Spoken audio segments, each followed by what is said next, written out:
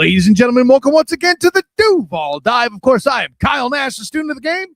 And I'm Travis Holmes with BigCatCountry.com. And you're listening to this thing on the Believe Podcast Network. Travis, I got to give the divers credit for some of them that were fooled by my great skills impersonating Skip Bayless. Gross. We had some moments that definitely gave some people the lemon booty and, in fact, outright made them a little angry in our previous episode talking about how the Jags potentially got worse. If you haven't checked it out, please do so. Maybe you can tell me if you spotted some places where I was going a little bit Skip Bayless-esque.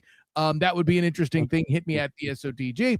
But yeah, now we're here to talk about how we think the Jags got better. But before we make it all positive, sunshiny, and rainbows, let's also remember that our guy Travis D. Holmes was there with Big Cat Country this past weekend for rookie minicamp and availabilities.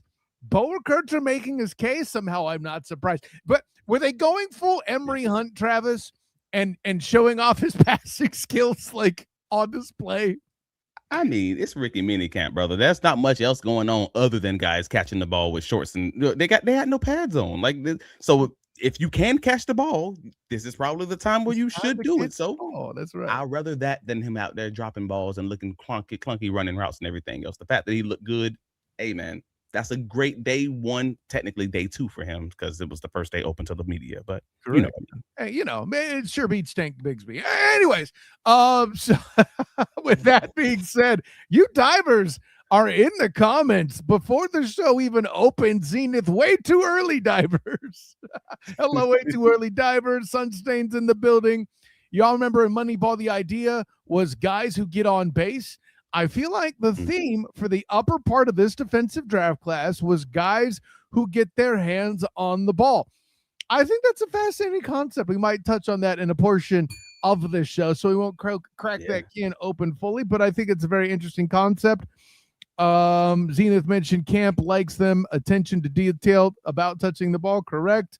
Not early enough, says Robert. Don't worry, man. We still like that you're there in the comments to get it going.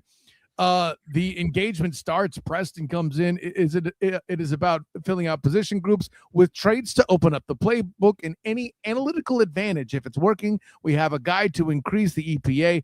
If that happens, or for any as it happens, or for any matchup, I think there's some there. We're getting into less of that panic about the picks and kind of understanding that there is an actual target. So for all the people out there that are trying to claim prowess and covering the AFC South and then are out here going, I don't know what the Jacksonville Jaguars are doing. You better figure it out because the divers apparently have.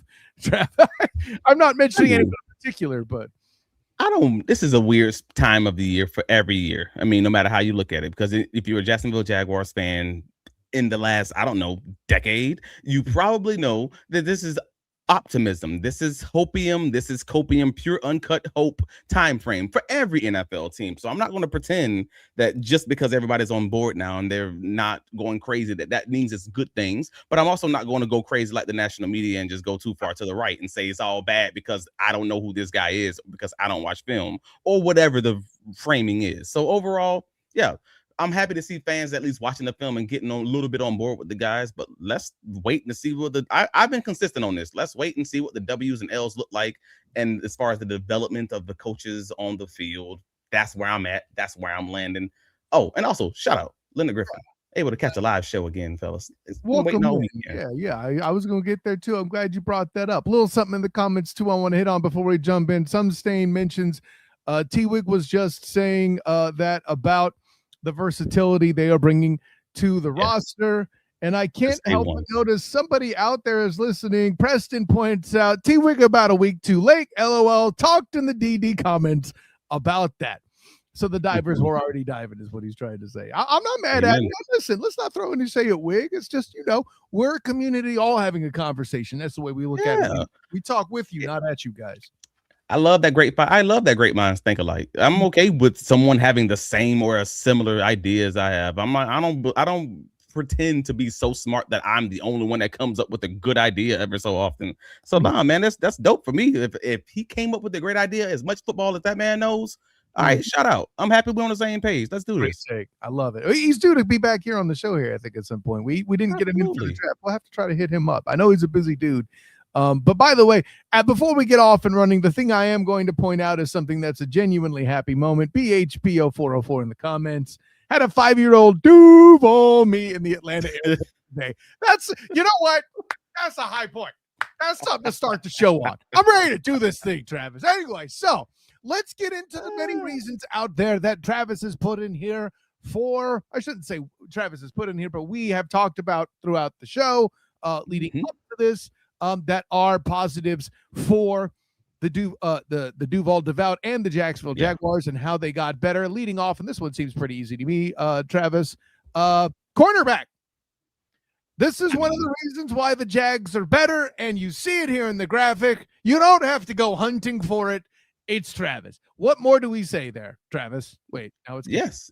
I mean, I wish it's obviously not me. I'm too aged for this. But no, Mr. Hunter, the fisherman, Travis Hunter. Yo, it's very clear. Like I said this in the recent, I believe it was last Monday's episode of the DuvalDive. Hey man, I believe the cornerback room for the Jacksonville Jaguars in 2026 has no obvious deficiencies at this point. Like since all of their all-season quote unquote improvements, like just looking at the roster, there's not a guy in that starting 3 cornerback grouping where you have an opposing offense who they're circling a guy on the whiteboard. Like that's what it was in 2025. And we told you guys that on a multi-week basis, there's this game, this guy is being circled on the whiteboard, whether that was Tyson Campbell in the early weeks of the year or Greg Newsome after that. And then you even had some issues at safety after that. Like that doesn't really exist in entering this 2026 season. Even in your dime defensive looks, like you got Travis Hunter and Monterey Brown outside, you got Jordan Lewis and Jarian Jones, who are both top 10 slot cornerbacks in both slots. They're able to pay in your obvious passing down situations. Like that's major. And not capitalize major improvement for the Jacksonville Jaguars when you had some issues, whether that was a Cincinnati Bengals game, whether that was, the Colts game. You had some opportunities there. You don't got that now. So maybe that gives Anthony Campanelli a few different options of what he's going to do on the back end to help that front end out. No, I think that's a fantastic point all the way around. The only limitation we've put on this position group at all in this offseason, Travis, is health. But things are trending in a particular way where by the time the season's truly off the ground, we're expecting guys to be back and playing well. I think the one thing that might keep us from going full optimism instead of just open copium is seeing the schedule first, right? If you come out here and I forget which divisions they play, but let's say you come out here and Cam Ward is your. What's that? I believe it's AFC North, isn't it? Is it Cincinnati Bengals and Pittsburgh Steelers and all of those guys, right?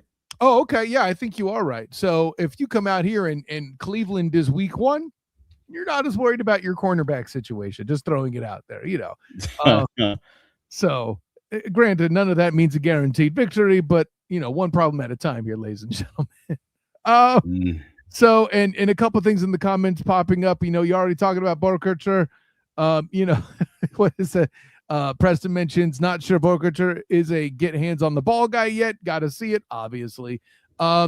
Zenith mentioned it feels nice that our running game won't fall off a cliff if we get a few injuries. That's certainly what it seems like right now. I agree with you there, Zenith, 100%. I agree with Fred on this. We strengthen the middle of this football team. I think that's the final piece that we've picked apart for sure. Let's see. And actually, yeah. I like what Storm says to kind of explain your cautious optimism. Rookie camp, you just don't want to stand out for the wrong reasons. I remember when they drafted Javon Foster, and immediately everyone was like, "Oh, so this was the tackle we drafted." There you go. I can't put it in that. Yes, that's not. I mean, that's basically like kind of the way I was trying my best to summarize it on the Saturday's DuvalDive rookie minicamp recap. Like at the end of the day, you're never going to win a job at rookie minicamp, but you can sure as hell lose one. And I was trying my best not to cuss. Sorry, mama. You it's one of those things where you can lose the confidence of the coaching staff. You can lose the confidence of the guys around you and especially after you're in the classrooms and they're seeing how you move, how you operate for the most part. So that's the biggest piece of that. But you're not winning the position. At the end of the day, your best opportunity is just to get your opening foot forward and kind of just build on top of that. Also, so we didn't get into the second reason I believe the Jaguars are a much better team than they were in 2025. We were just about because I didn't have an image for it, but I want to make sure we at least talk about it. Like, it's the safety room, because I know I talked about the cornerback room, because obviously, I mean, you got 4 deep, really dang good starting caliber cornerbacks for every NFL team, or for most NFL teams at minimum. But then at the safety room, you also you get to add Caleb Ransall and Jalen Husky to that room instead of an early season Dewey Winger, right? And combining that with that cornerback room, that's a pretty significant shift from my perspective. Like, if you believe that the secondary was the main issue, like I do, at least I told you guys this after the Buffalo game. Like, I feel like the pass rush was an issue, absolutely, but the passing defense, the secondary not being able to even stop guys from getting the ball out quickly, even when they were in press alignment, was a big issue. And I think opening the secondary options up, because you got multiple cornerbacks now who can potentially play a little bit of man coverage every so often. You got safeties who aren't going to be major deficiencies sitting back there. You don't got Dewey Winger, getting heavily targeted before the bye week, and then Eric Murray getting injured and Caleb Ransall injuries. You got legitimately three deep safety options right now with the Jacksonville Jaguars: Antonio Johnson, Eric Murray, Caleb Ransall. 4 deep, really, Jalen Husky. You got so many options, and we talked about the versatility and everything else. Forget that. You got depth. You have starting caliber depth across your secondary. That's saying something. Like, again, the only place I think you may or may not have that is maybe your second string outside cornerback. I just don't know enough about Christian Broswell just yet. I haven't seen that. But for the most part, you're saying cornerback room is stacked. Safety room, legitimate conversation and legitimate competition, stacked. Like, I think that's a great situation right now overall for the Jaguars. I think it's probably even dominant. I don't think I'm being a homer in saying that, because I try my best not to have these teal shades on. But yeah, I think that's where you're at. If Eric Murray is your stable base for this secondary, for that safety room, you're in a good situation for raising that ceiling in 2026. Like, I don't think that's an overstatement. Right. And then even over and above, Sociology points out a lot of competition outside of CB1 in the secondary as well. I'm going to put it this way. Competition, how many times have we said it, Travis, is where the table is set in the house of Jimmy Stones. Mission accomplished from that perspective, right? Well, I mean, just based on the look of the cornerback room, based on the look of the safety room across the board is better, assuming they stay reasonably healthy early. We know the Jordan Lewis, is coming back from surgery situation. The situation for Travis Hunter coming back from injury. We know all those things. So that's huge for the Jaguars in 2026. But what is also huge for the Jaguars in 2026, and we haven't even touched on that piece, was this move from secondary coach Ron Miles to Matthew, Arujo, coming in as the defensive passing game coordinator. Like, we hadn't even talked about that. And honestly, like, Liam mentioned it at the end of the rookie minicamp, and I'm like, oh, that's right. We gotta get on that. Because he's coming in for the Jacksonville Jaguars as the defensive passing game coordinator after previously working with Anthony Campanelli in Miami. And if you believe most people around the team, that's your defensive coordinator in waiting. Like, if Campanelli is supposed to get a head coaching job next year, assuming the Jaguars defense looks lights out like they looked in 2025. Now, I'd assume the addition of Matt is probably going to be a better fit this year. Like, for this, it's a younger group, it's a younger voice. He has familiarity with the system, and I would probably think, even if you're the most negative Jacksonville Jaguars fan, if you're just one of those people who've just been beat down by the history of this team, who has that Duval PTSD, and I understand if you are there, that's okay. Even if you're that person, you would probably make the argument that addition of someone who you consider to be your future defensive coordinator would help the passing game operation of this defense who had a good amount of coverage busts last year. Like, I feel like that's a sizable improvement overall. You know, when you're cycling faces at your safety position, you got the cornerback rooms being all over the place week to week. And I was recently reminded by some fans this week, like, they don't even know what passing game coordinators do. Like, somebody was asking me the other day, hey, man, what the hell? Like, what is that? Like, what does that mean? Like, why is that an important thing to me? Like, what? So Timmy Devil says he went back and watched the KC and Broncos game. Dewey and Tyson Campbell out of position the whole game, missing tackles. Dewey going high on RJ Hardy. Yep, I mean, that's right. And again, you got the coverage bust. But I was just flashing it up there so it could be seen. Nah, man, you got the coverage bust, you got the alignment issues, you got all of that stuff. Like, that's what I'm saying. But like, if you're a defensive passing game coordinator, and why do I think that that's something that's important is for anybody who hasn't seen it. I got a little bit of a graph on the DuvalDive on YouTube. And if you're listening to on the audio side, they basically handle a lot of the tasks that folks can generally assume that defensive coordinators handle. Like, they take some of the responsibility from the DC to lighten the load. So their job is to make it easier on Anthony Campanelli just to focus on the big ticket items. Mm-hmm. They normally work under the DC while over the secondary coach, if that makes sense. So they analyze the opponent's film, they identify all like the tendencies and like the weaknesses of the opposing offense. They help to install the pass coverages. They implement like all the checks and alerts, like you might hear out loud when guys are talking to each other during games. They lead the meetings to kind of help guys understand the why or the purpose of the coverages or the goals of the coverages, like when they're running their walkthroughs and things of that nature. And during the game, the passing game coordinators, whether offensively or defensively, they're normally in the stands, not in the stands, in the box. So they're up high. They're the eye in the sky, kind of identifying the opponent mismatches and communicating with the DC on what adjustments are needed. Like, so if you got that guy in-house now, knowing all the adjustments, having history in Anthony Campanelli's system, and that's who's over your secondary coach and back in house with a younger voice for your secondary. And you have more of the guys who might fit your system a little bit better. You got better voices, you got better guys. There's no reason why you shouldn't be better overall. I just think that's a fair argument because that's my neck of the woods. I get excited about DB play. That's my soapbox. No, and watching the upgrades happen, such as they are, the more we look at, Ransaw and Husky and all these other newer guys. When Ray Lane is the weakest link in your chain, potentially, that's a pretty damn strong chain. So I'm throwing out there, And shade to Ray Lane. That's just saying what it is. Like, not at all. Yeah, exactly. Like, there's a world where he still finds his way in and gets a spot, man, and at a higher place than just special teams. Right. That's just where I live, man. It's a whole amazing thing. But another aspect that I thought was interesting that is really exciting when it comes to this defense as we move on, the edge, living on the edge, over and above extending Trevor Walker and all that, retaining Dennis Gardeck. A lot of the other youth that's involved there too gets you pretty excited, I would imagine, Travis.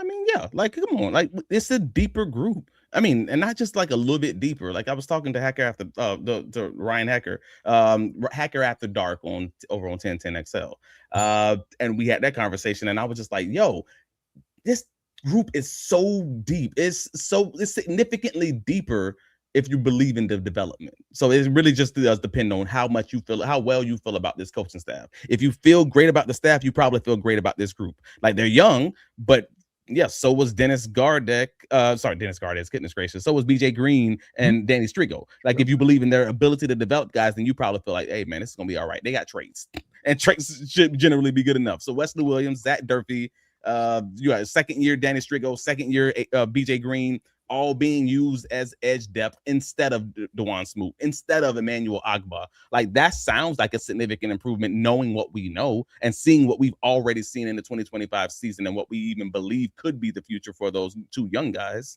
I think that's actually reasonable without having to feel like you're, again, drinking the teal Kool-Aid. Like, I don't think that's a big jump to make. I'm believing in these young guys to have development, and the two guys who we've already seen flashes for to at least develop just a little bit.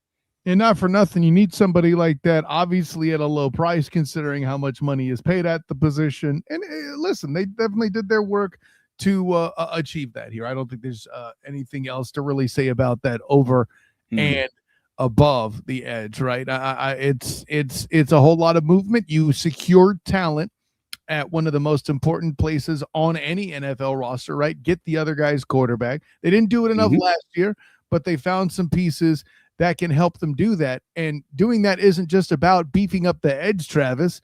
You also want to get involved by bringing in also interior defensive line help as well. All right. Now, I get it. I know where this is going to go already. Let me cut this off, okay? What they acquired may not have been the sexiest thing that everybody wanted. We were all a little bit weirded out that Big Citrus was not drafted. I get it. Yep. However, what is it I say time and time again on this show, Travis, right? It's not necessarily, it may not be the guy that you like, but that doesn't mean it ain't an upgrade. And the opportunity for upgrades. That's the facts. Like, it's functional depth. I talked about this after the Mason Smith trade. It was because, again, Mason, for all of his strengths and faults, was not for the Jacksonville Jaguars in 2024 and 2025, was not functional depth. He wasn't able to be used under either of those staffs. And at the end of the day, if that's your floor, that's what you have to start the conversation.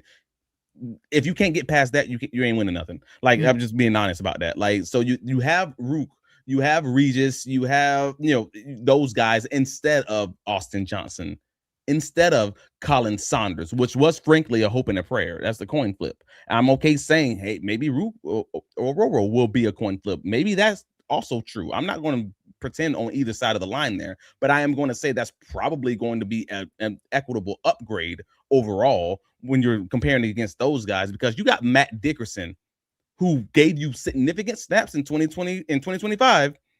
What, 40% of snaps, 39% of defensive snaps, if you're not counting special teams, potentially fighting for his roster spot this year. Wild. I know we'll have a real roster conversation and a real, a bubble guys episode and everything else later down the line. We got a whole offseason to go through, but that's one of those things that I'm looking at. Like, if you only are going to have, those 5 defensive linemen at that point, you got Matt Dickerson legitimately fighting for a spot just because you have those other guys on the roster. And that shows you that is going to be some improvement there. That shows you the improvement in that position group.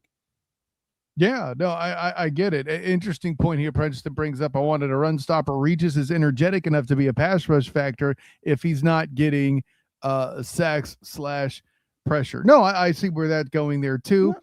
I saw someone talking about this on the socials. And you know how I love to snip these things and give people credit for it, because it's not from my brain, and I'll say that publicly. But someone mentioned it, and I can't unhear it. Like, it was like, I wonder if Campanelli's defense is going to be similar to that, Georgia Bulldogs college defense, where they just want all these penetrating guys who are strong in pushing the pocket, but they are not necessarily going to be guys who are going. That's why you have to be balanced and able to stop the run and rush the passer. You can't just get a guy who's only going to be a designated pass rusher, because you need to be able to actually be balanced.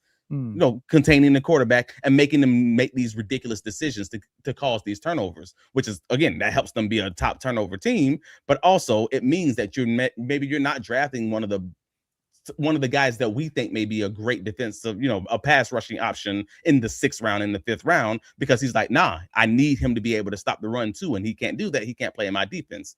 You know what?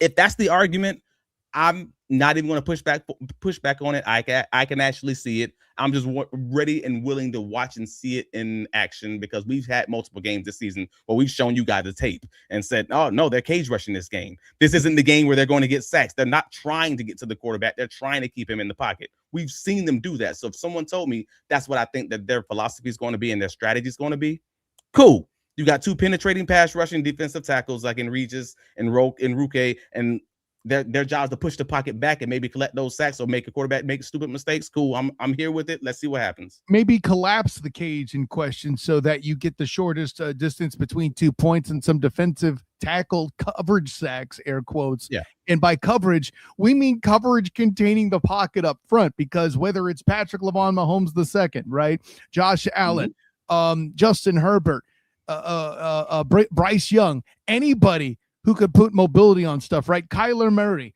all these are dudes that you got to watch out for moving around, period, point blank, end of story. And to have that collapse in the middle, finish the job, is a very fantastic point that I really didn't think of until you said right there. But that made them collapse the cage, from within. I agree with that. So got a couple of comments that I marked in here before we head into our next thing here.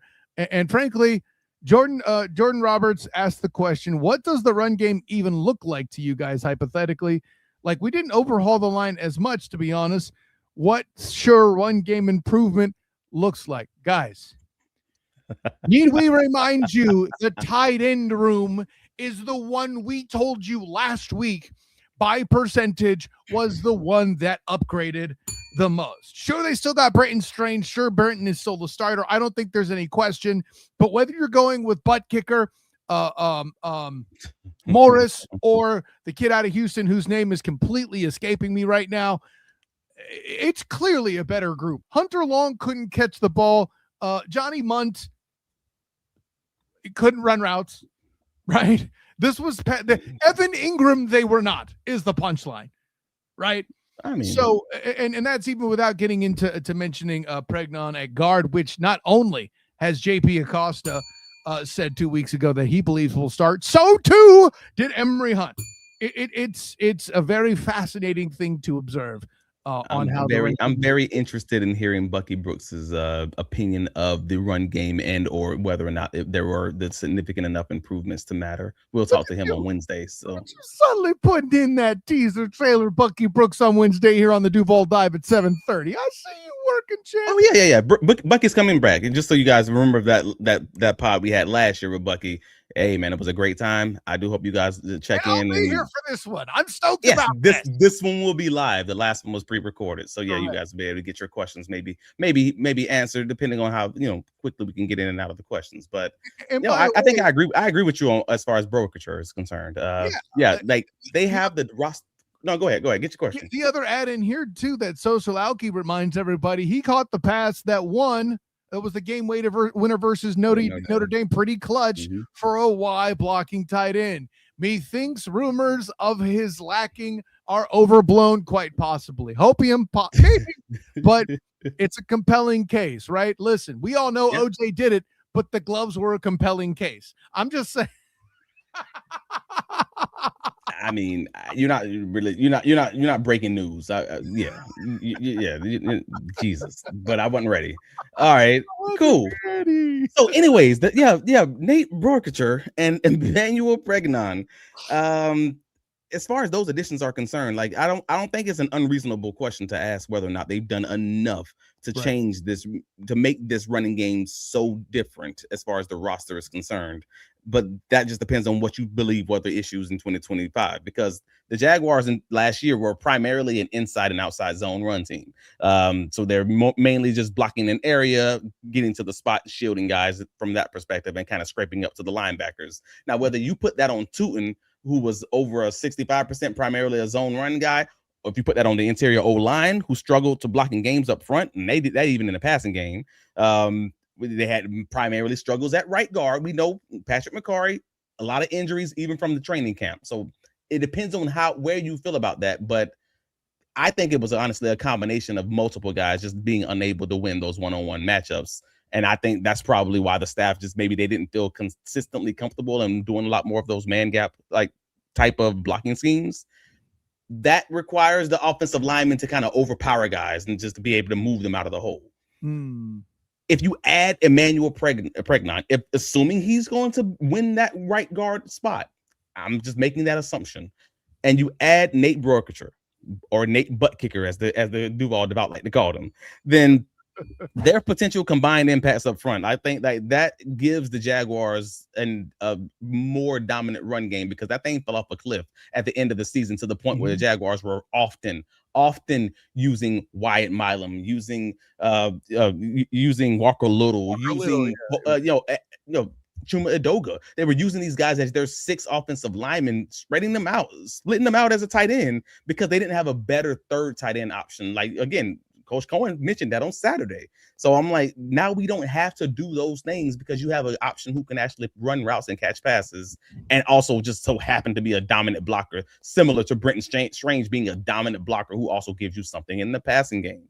That's the overall point. You have to hope that they can now be efficient and stay on the field And then you're not stuck in 3 wide receiver sets every week. You can even find out your best matchup on this team versus that team, this half versus that half. Maybe these guys don't have the ability to counter what we're doing after the half now because they're used to us running all these 3 wide receiver sets. And now all we do is spam them with 3 tight end sets the whole second half.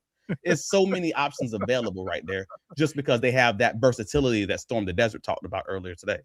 I'll say this, Travis, and the best way to suffice this that I could come up with is right guard may be a deodorant, but too often have we said the play there stinks.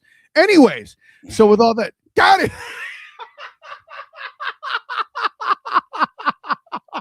He ain't even bad.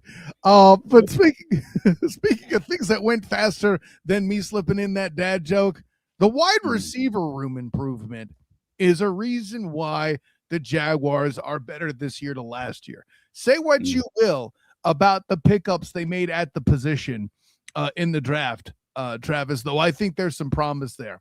Forget about the fact that they have some of the top FCS, I was hoping I said it right, wide receivers in as UDFAs. This group is emerging, growing, and in a position to where now Brian Thomas Jr. has to look over his shoulder. And if he doesn't have a better year, there's going to be very interesting conversation to be had, right? At days in, Shoe Parker out there somewhere. Jakobi Meyers is the new #1 receiver at current. And oh, by the way, you're still going to sprinkle in some Travis Hunter as much as, you know, Ian Rappaport wants to tell you that's not the case. Right? It's an amazing thing to behold, Travis. That's all I can add to that.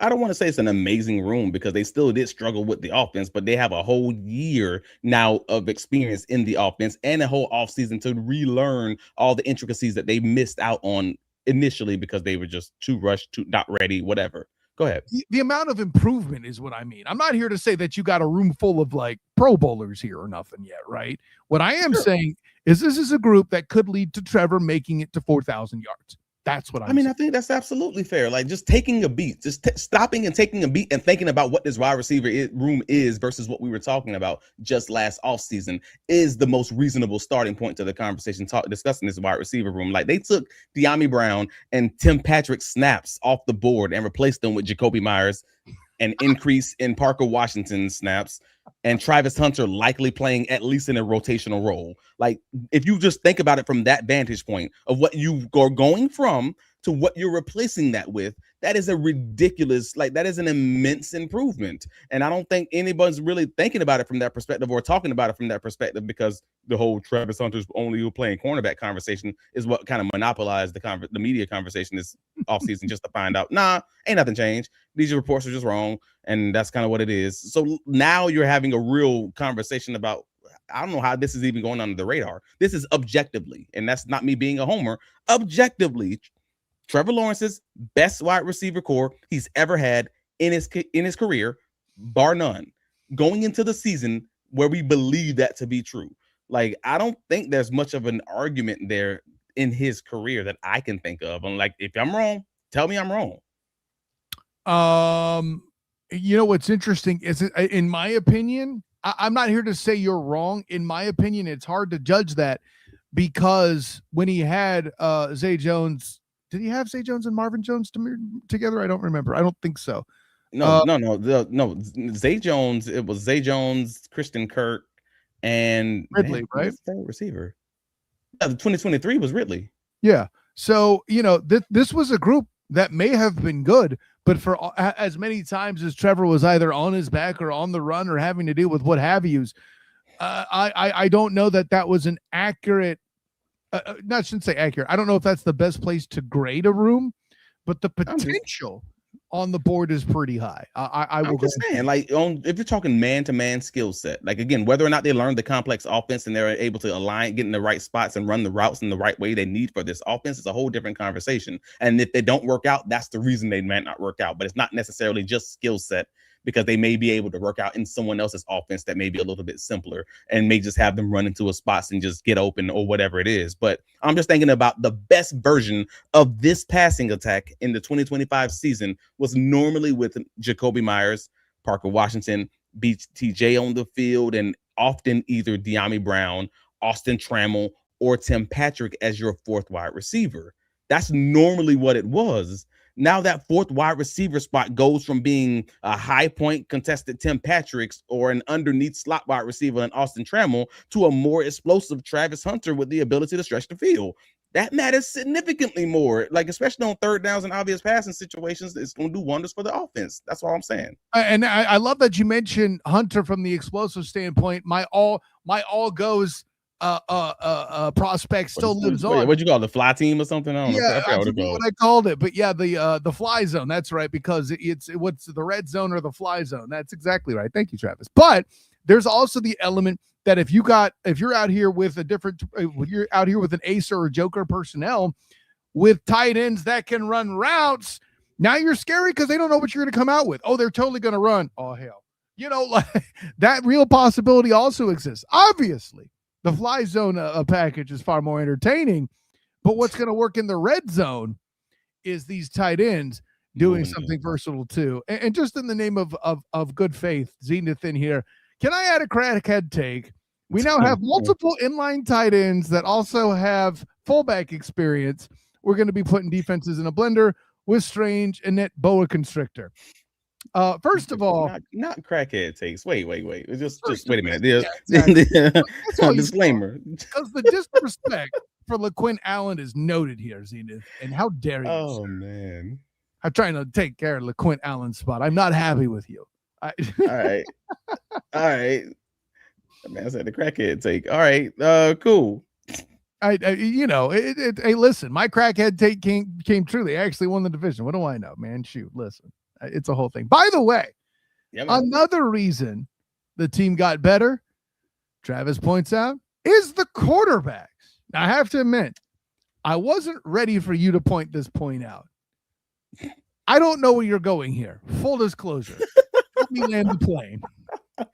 Well, it's funny because I talked about a few of these things on Big Cat Country last week. So if you read my articles over at Big Cat Country, you know where I'm heading here, because it's not just the quarterback and it's not just the system, but it's a combination of both things. But on BigCatCountry.com, I wrote an article, Why the Jaguars Are Built to Avoid a 2026 Regression. And some of this conversation is a part of that article. Some of it is not. But let's get into it. So they're obviously in year 2 of this system, where they previously didn't have a great percentage of I can't say great percentage. They didn't have the vast majority of the system installed. So never forget that the Jaguars did everything that they did in 2025 while running basically a skeleton version of this offensive system. We knew it was difficult. We knew it was hard to learn, but once you get it, it was going to have a lot of answers on the field, because you're giving the quarterback a lot on his shoulders and the receivers and the offensive linemen a lot, which is what caused a lot of those alignment issues, those post snaps, issues and things of that nature. They took a lot of motions and shifts out of the playbook early because they struggled so much just getting lined up in preseason and earlier in the season. Y'all remember this? Pepperidge Farm remembers. I need to remind folks what happened and why it happened, right? So we can remember what that means moving forward. They rarely hit on multiple deep shots throughout the season. We were talking about that into week 11, where they just struggled connecting on deep shots. And I'm not talking deep shots 20 yards deep, because that's what people mostly kind of try to say is a deep shot. I consider that intermediate for Trevor Lawrence's arm strength. I'm talking 30 plus yards, hero balls, what the fantasy football community calls it.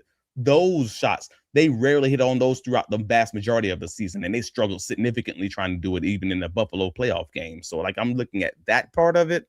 And then they essentially threw out the whole screen game last year. We know about this. We talked about this actively during the season. So I'm just trying to point out how much of the offensive system we didn't see through that, being successful in that 2025 season. After the week 8 bye, what's the staple in Liam Cohen's offense? We talked about it when he was moving over from Tampa Bay, how much of his offensive system was the screen package, was jailbreak screen, bubble screens, running back screens, tight end screens, and we didn't see none of those. Thank you, Zenith. Rest in peace screens. We didn't see none of those in this offense in 2025. We rarely saw draws, running back draws and things like that. We didn't see any power man gap, runs for the most part, other than a few here and there with Travis Etienne. I'm telling you everything that you didn't see that you did see in Tampa Bay, so you know just how much more meat there is on the bone. just how much more in the playbook that they have, they just weren't ready for, whether that's because personnel, whether that's because of the mentals of where the guys were, or, whatever that is. So like, it was versatile in Tampa Bay where all of those running backs were used in different ways.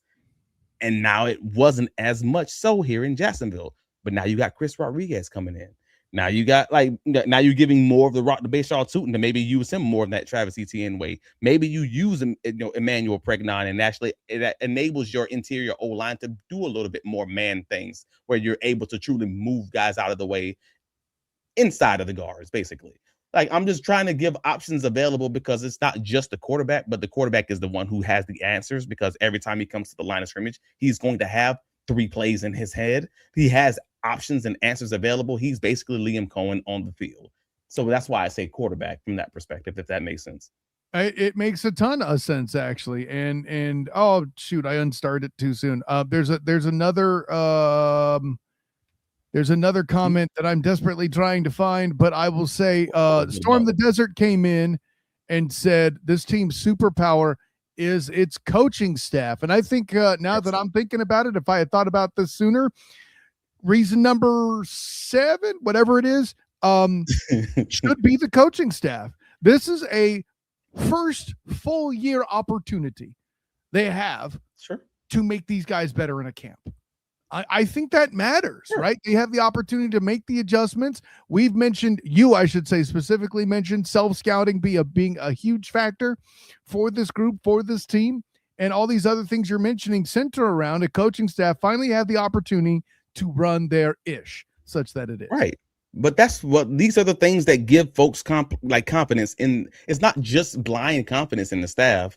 You have confidence in the staff because you've seen these guys develop guys who the previous coaching staff did not develop. So now you believe that they can continue doing it again, whether that's Devin Lloyd, whether that's Travis Etienne, whether that's the depth guys even. You've seen that with Cole Van Lannon. You've seen that with these guys be developed by other coaching staffs who were not able to do that. So that confidence breeds confidence. So I understand. And then you've seen these guys change over their entire offensive system and what they're running before the bye and after the bye. Because, hey, man, if this ain't working, we're going to have to find a way to win. And it works. They go from being a team that's truly struggling to a team that's top of the league on offense. They continue finding different ways of winning on defense, despite not being able to have as many turnovers as they had before the bye week.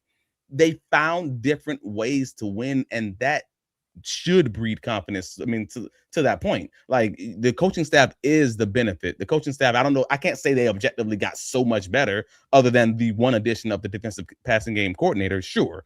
But I'm just saying that these are all small parts if you're looking across the roster and also in the coaching ranks. That gives you confidence that they can avoid that 2026 prototypical sophomore slump because they're evolving their offense and adding more things to these guys' plates, which means that they should be better. And more importantly, the guys who are leading this offense, being your Trevor Lawrence, or the guys leading your defense, being Foye Oluokun and Josh Hines-Allen and all of those guys in the secondary, have now the framework of what's expected of them from the staff, and they're also going to be able to hold the younger guys to that same standard when they're not on the field. When it's not Sunday, when it's a Tuesday in the middle of the week and you got to work out. All across the board, you have options, and that's across the NFL. All teams are doing the same thing, but you've seen the standard be reset here in Jacksonville, and I think there's a positive landing point there. Yeah. No, I don't have a whole lot to add to that in particular. Self-scouting has been the key. As you put it, and then that's kind of what lifted him at the end. I got this comment from Daryl L45 says JT O'Sullivan did a great breakdown on Trevor's late throws in the wild card game, which is from the quarterback school. And I watched that one, and actually I thought it was a pretty solid, reasonable breakdown. Even though I did disagree with some of the takes that he had on it, because it felt like there was a lot going on that was bad, that wasn't about Trevor Lawrence, that I thought he didn't like say outright.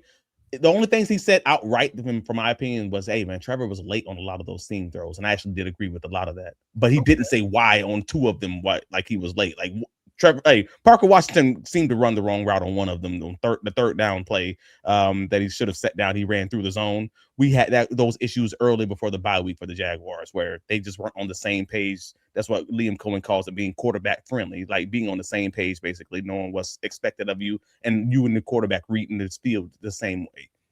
He also didn't it was one of the early late throws that he's like, you can't put the ball late there to Parker Washington, and you got Britton Strange and Parker Washington in the same area. And had I known this comment would have come up, I would have snipped the play. But the gist of it being, I'm like, no, Parker Washington got rerouted. He got rerouted into Britton Strange's zone. So Trevor Lawrence had to pat the ball another one time, which makes his throw late because he sees this guy wide open, but he had to wait to clear the zone. It was one of those things where I'm like, if you're a quarterback, you got to know that. So I didn't think he was giving Trevor grace in that situation, while also still saying Trevor did struggle that game, but also the wide receiver struggled that game. And a lot of the times it's going to make your quarterback look worse if your wide receivers are late, early, timing's off. You guys just aren't on the same page as far as where you're supposed to be and when you're supposed to be there, kind of all that. So I thought it was a great breakdown, and I think you guys should watch it, but also try to watch it with just blindly, no critical nature, just. And I think folks have come to a slightly different conclusion as far as that's concerned. Across the board, it was a struggle game for all of that passing operation, not just Trevor. Well, and I'll even add this: perhaps the left tackle getting whooped was a little bit of an impact.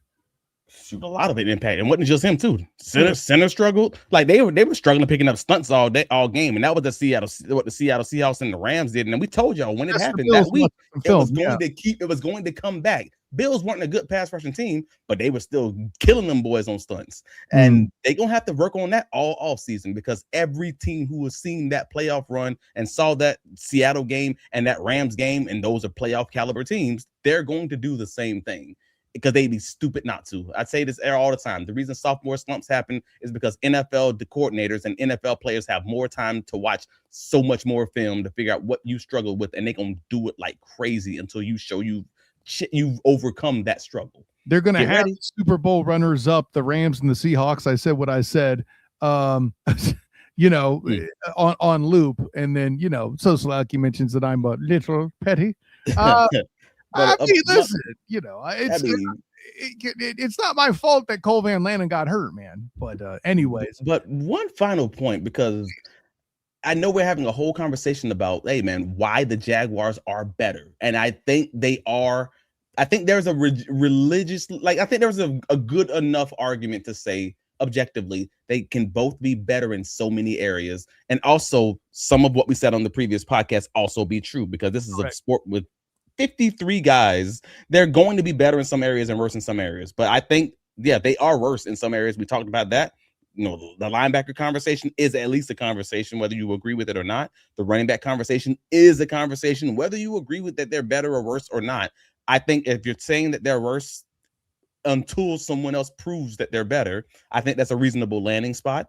But if you're saying that they're better, I think there's multiple areas where they're objectively better, especially talking that defensive secondary. And I've often said, if they're going to be a winning team in 2026, it's going to be based on how that defense performs. And it can't just be turnovers. It's also going to have to be the secondary forcing guys to hold on that ball just a second longer. And that's going to result in your sacks actually getting up there. But better doesn't always mean more wins. I need to repeat that for the folks. Better don't always equal more wins. It's going to be a tougher competition next year with the schedule just by itself, by the way, right. You could be a better team and still have a worse record than the prior season for various reasons, and still have a better season in that space. I mean, you could have a harder schedule like the Jaguars could have. I'm not going to say they do or not.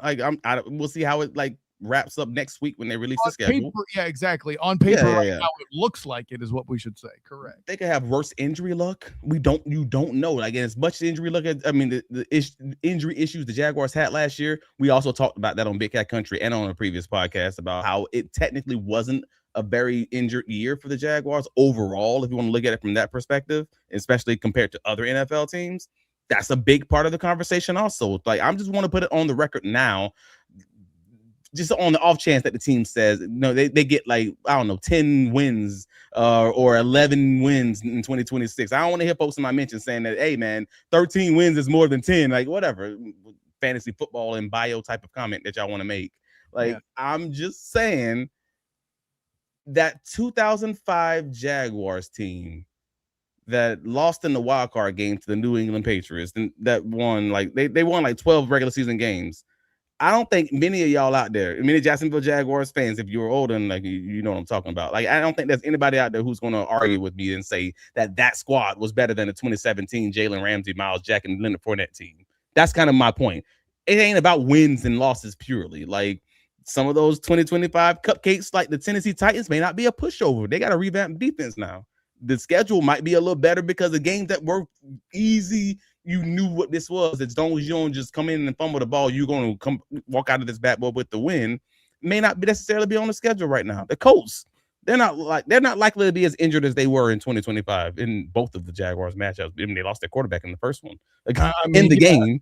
Uncle Phil was the second quarterback. In the game, Jaguars. So like the Jaguars play the AFC North. It might be a little bit more of a dogfight. So my overall point is, hey man, the overall summary of this is the Jaguars, I believe, are a better team, but that might not be a better record. And I'm just getting to the landing point of saying, hey man, this is going to be an interesting situation, but I think that they just improve while getting different. And I hope that different is different enough to actually result in more W's than losses. I'm hoping that they can get 10 wins, but we're going to have our real predictions when we get more breakdowns of the rest of those AFC South teams. Absolutely. Super chat from PJ Brown. Who do y'all think the second London game is? That is fascinating. I'll put it this way. Fascinating. I have no idea where that question's coming from. I'll be perfectly honest. I think the irony, the ironic persimmanders, there's something about, but see, I don't think it's going to be the Cowboys because that's set to be in Arlington. So it would have to be something that's probably labeled as a home game for the Jags. My guess is going to be the Red Tails, and if they have two, the other will be one of the Colts games. That's where I'm going to go.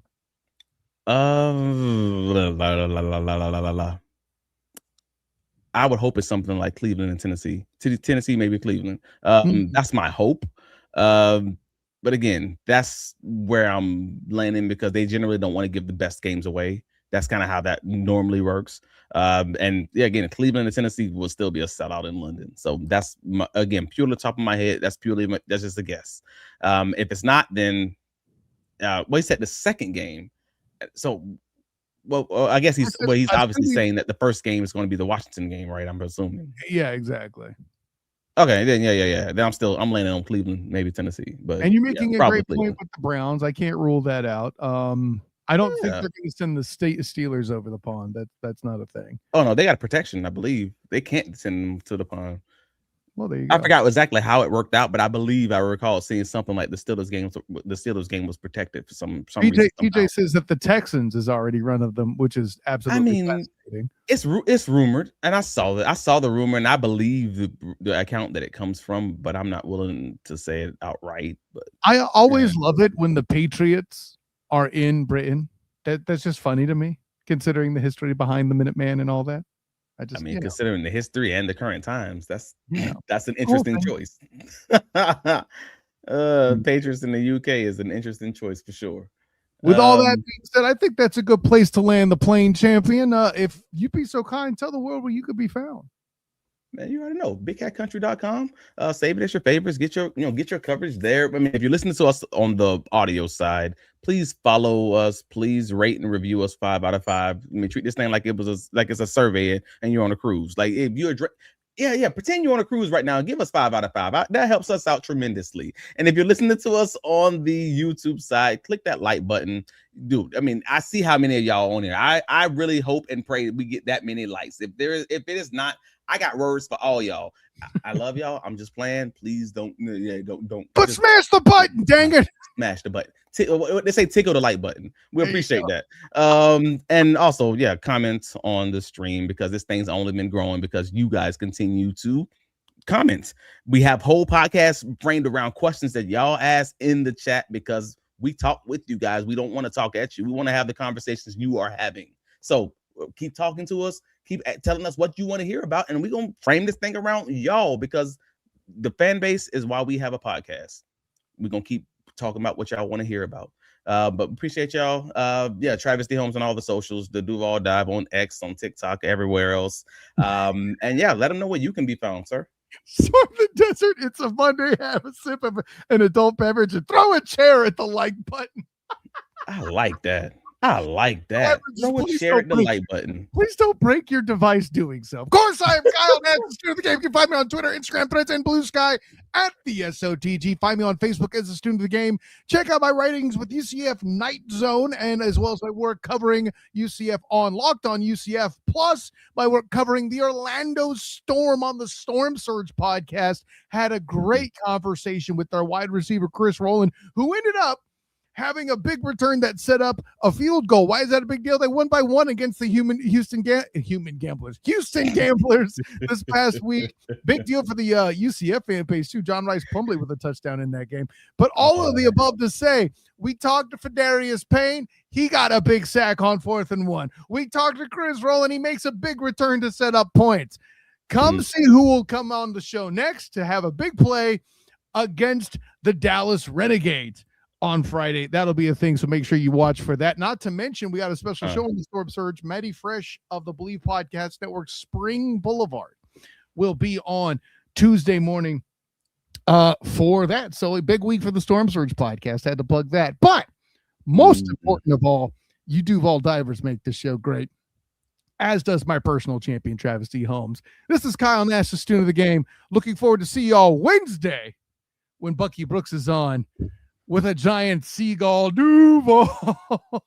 Until next time, everyone, class dismissed.